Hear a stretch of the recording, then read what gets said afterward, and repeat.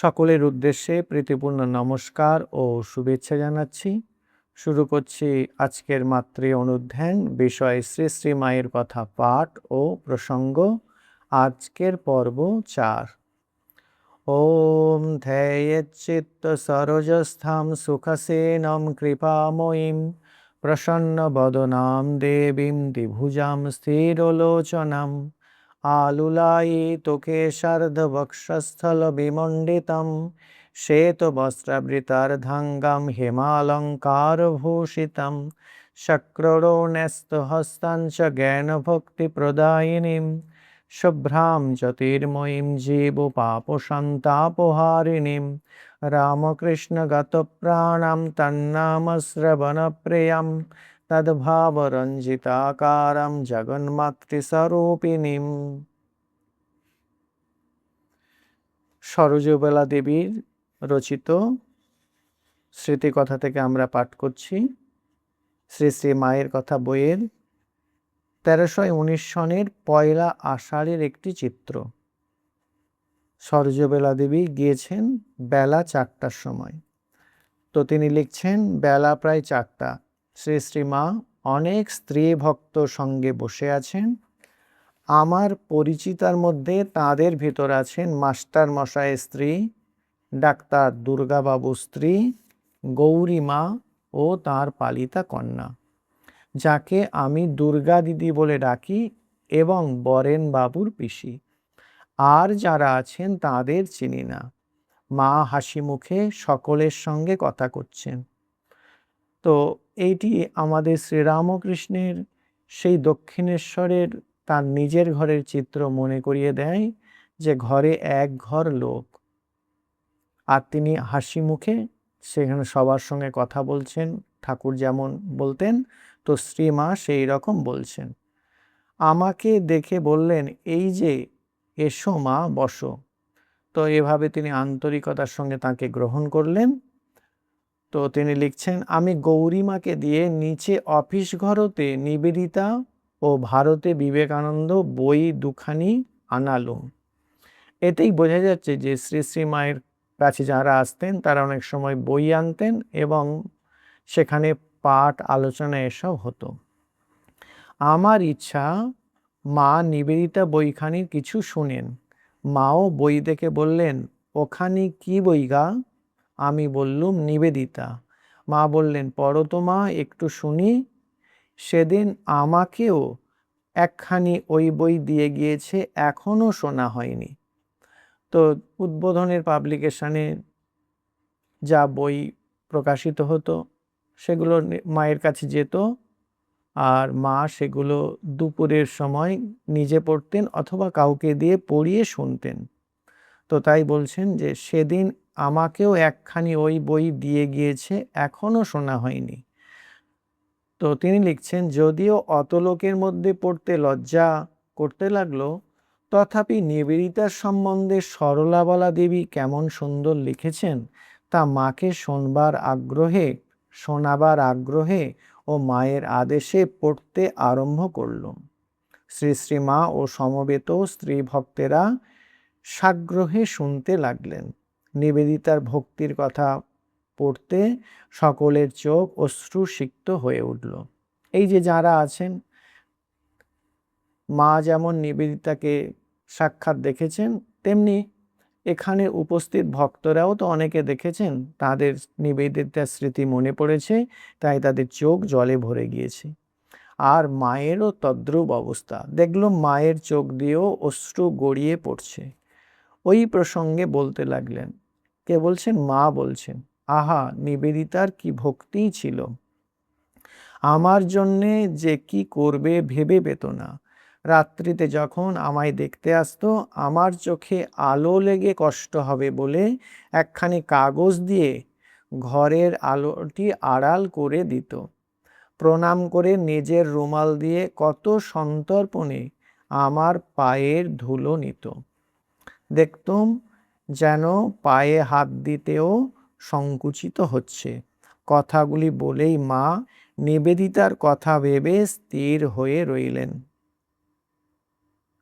তো নিবেদিতার এই ভক্তির যে তীব্রতা, নিবেদিতা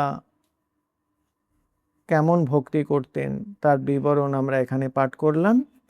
তো আমরা মাকে লেখা নিবেদিতার চিঠি এই প্রসঙ্গে একটু পাঠ করব। সেখানে নিবেদিতার মায়ের মাতৃভক্তির পরিচয় আমরা পাব। এটাকে আমরা নিবেদিতার পত্র স্তুতিও বলতে পারি। তো এখানে তিনি লিখেছেন যে আমি যদি মাকে একটি স্তোত্র লিখে পাঠাতে পারতাম, তো তিনি ইচ্ছা প্রকাশ করেছিলেন যদি পারতাম।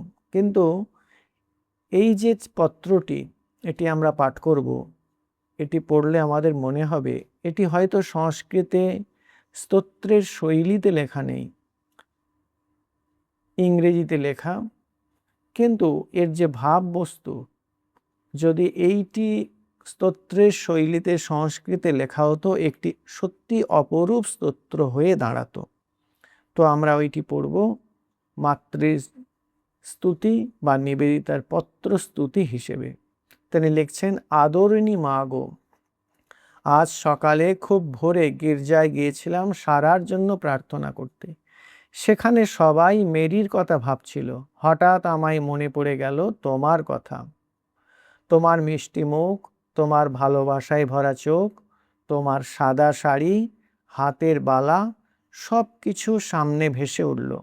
তখন ভাবলাম অভাগী সারা রোগের ঘরটিকে শান্তিতে আর আশীর্বাদে ভরিয়ে দিতে পারে একমাত্র তোমারই পরশ।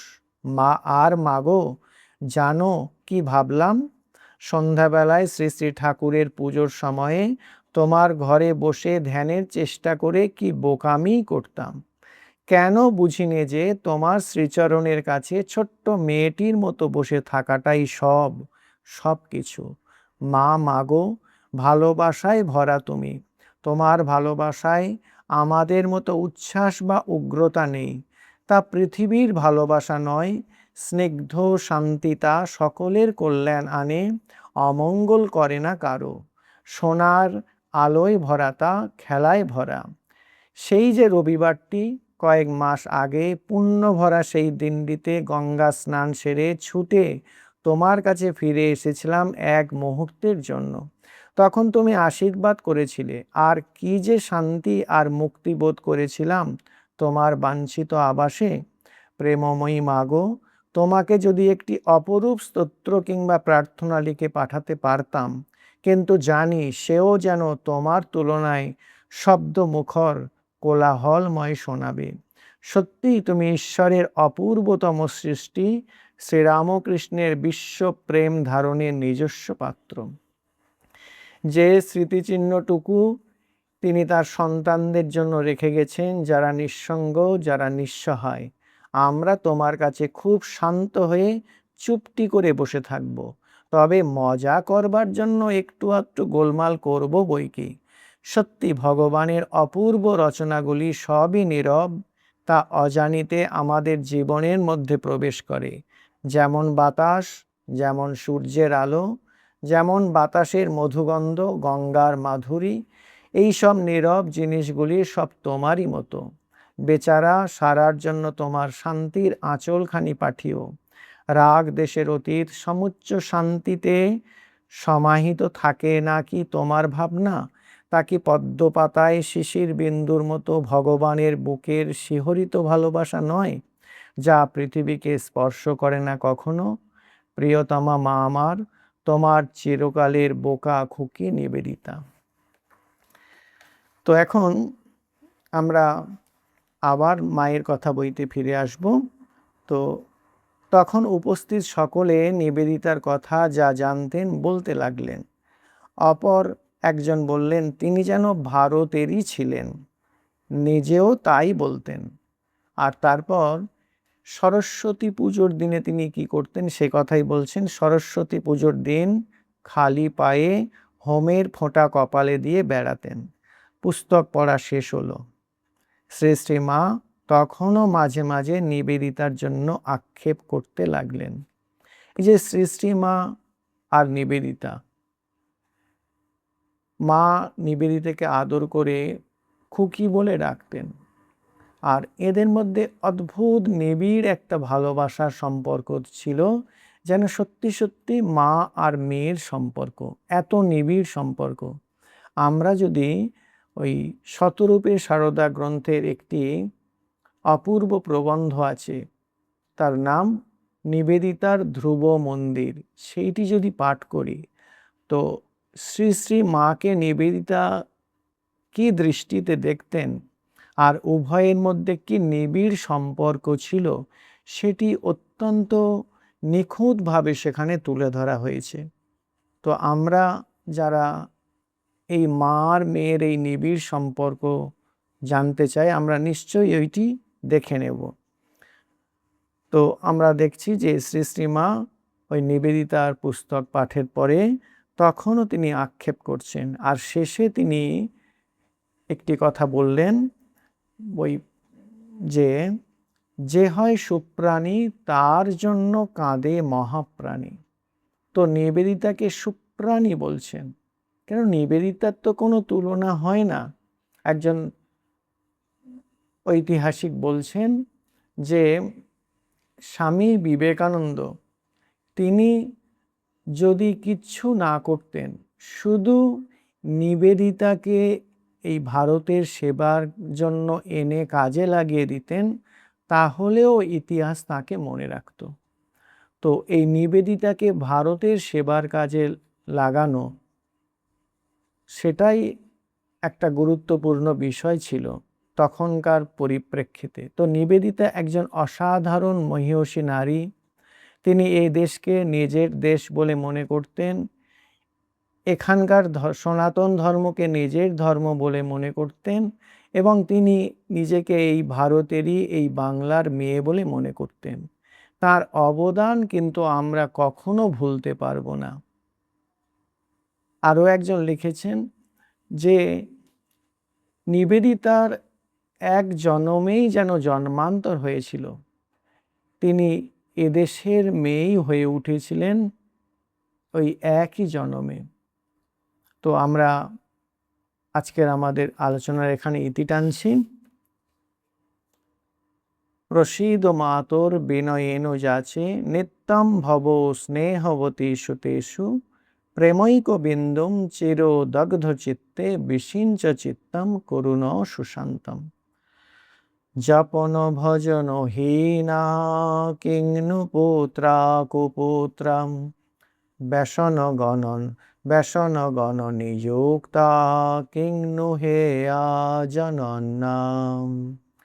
ইতি গুণততি শূন্যান সারদে ত্রায়তাম্নম বিদিত সকল দোষা নৈব মাতা জহাতি।